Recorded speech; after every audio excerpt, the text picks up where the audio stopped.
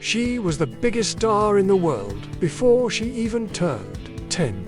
But behind Shirley Temple's golden curls and dimples was a woman who lived a life far more complex than the movies ever showed. Fame came fast, childhood disappeared, and adulthood brought battles few ever saw. Today, her once grand estate stands abandoned, a quiet, haunting relic of Hollywood's golden age. This is the story of the beloved child star who became a forgotten icon, a courageous woman, and ultimately a symbol of quiet strength.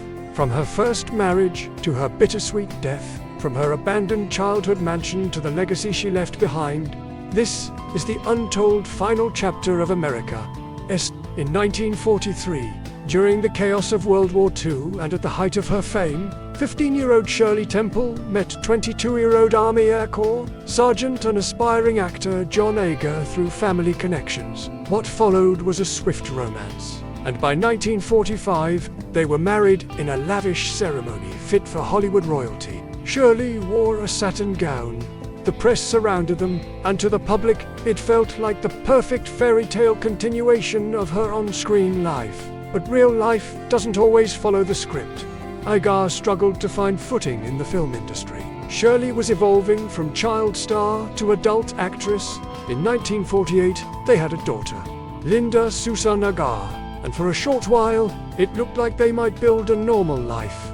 But behind the scenes, Agar battled alcoholism and infidelity. His behavior became erratic and damaging, both publicly and privately. Shirley, who had lived her entire life smiling for the camera, was now enduring emotional turmoil in silence. By 1950, she had enough. At just 21, Shirley Temple filed for divorce, citing mental cruelty, and was granted custody of her daughter. That same year, seeking a fresh start, she traveled to Hawaii. There, at a cocktail party, she met Charles Alden Black, a Navy intelligence officer and business executive.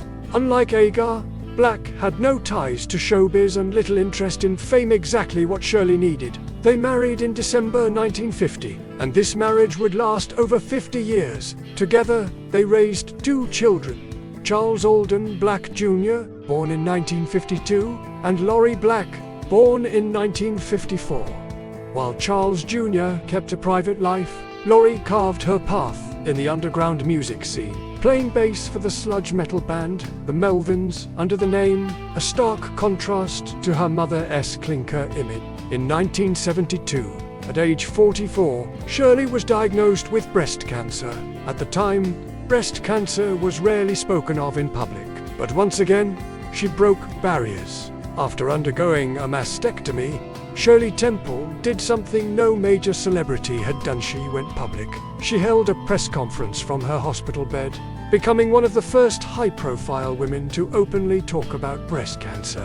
"The doctors told me that if I talked about it, it might help others," she explained. Her announcement was brave and revolutionary. She helped lift the taboo, encouraged early detection, and gave strength to countless women. Her message was clear.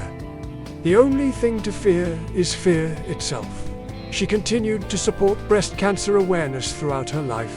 Her boldness inspired future generations of women, including Betty Ford and Olivia Newton-John, to speak publicly about their health battles. She was 85 years old, surrounded by family and loved ones. A few weeks later, her official cause of death was revealed: chronic obstructive pulmonary disease, or COPD. It was a progressive lung disease that she had quietly battled for years. The public was shocked, but close friends knew that Shirley had been a lifelong smoker. She had deliberately kept this habit away from the public eye, refusing to let her private struggle tarnish her image. She was well aware of her influence and avoided ever being seen with a cigarette. Looking back, it's clear that her smoking contributed to her illness, but even in her flaws, Shirley was human. Though Shirley lived another 40 years after her diagnosis, her decision in 1972 remained one of the most defining moments of her life. On February 10, 2014, Shirley Temple passed away peacefully at her longtime home in Woodside, California. Her life was never just about movies. she seamlessly transitioned from child star to stateswoman. She represented the United States as a delegate to the United Nations, served as ambassador to Ghana, and later to Czechoslovakia during the Velvet Revolution. She earned genuine respect not because she was famous, but because she was competent, gracious, and deeply committed. After her death, she was laid to rest at Alta Mesa Memorial Park in Palo Alto, California. Her grave has become a quiet place of remembrance for generations of fans, not for the star who danced on the good ship Lollipop, but for the woman who lived with strength and dignity. Let us take a look at the homes she once lived. In each one, a reflection of different chapters in her life. She was born on April 23, 1928, in a small Spanish-style bungalow at 948 24th Street in Santa Monica, California. Built just 2 years before her birth, the modest house was filled with love and energy. Her parents recognized her talent early. At just 3 years old, she began dance lessons. Family photos show her barefoot in the yard, twirling in homemade costumes, and laughing with her brothers. That tiny home was the stage where Shirley's dreams began. As her fame exploded, the family moved to a slightly larger home at 259 19th Street, still in Santa Monica. This home had space for fan mail, costumes, music lessons, and even a small playhouse built just for her. It was a house full of life, but it also marked the first signs of what fame truly meant. Fans waited outside, reporters lingered for a quote, yet inside, her mother ensured normalcy: bedtimes, schoolwork, piano practice, and Sunday breakfasts. Shirley later recalled those days as her By 1936, at just 8 years old, Shirley Temple was the biggest box office star in America.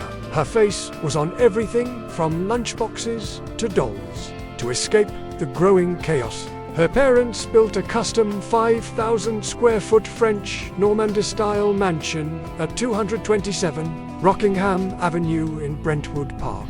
Designed by renowned architects, the estate had spiral staircases, lush gardens, a private pool, and a miniature house called Temple just for Shirley. It was a child's paradise, and for a while, it gave her peace. But in 1951, she sold the mansion and stepped away from Hollywood for good. She had retired from acting and was beginning a new life with Charles Black. They moved north to the Bay Area, where they settled in elegant, private homes in Atherton and Woodside. These homes weren't glamorous. They were quiet, thoughtful, and perfect for raising a family. As a diplomat, she lived in various residences abroad, but her Woodside home always remained her sanctuary.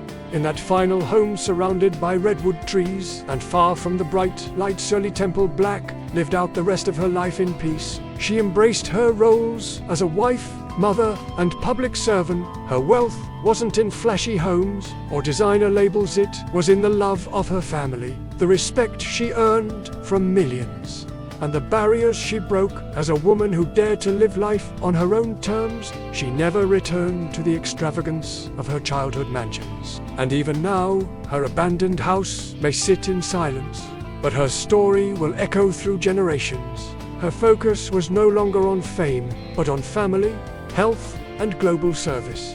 At the time of her death, Shirley Temple's net worth was estimated to be between $30 to $50 million. But she never flaunted it. She may have started as a dancing girl in a frilly dress, but Shirley Temple became so much: a mother, a survivor, a trailblazer,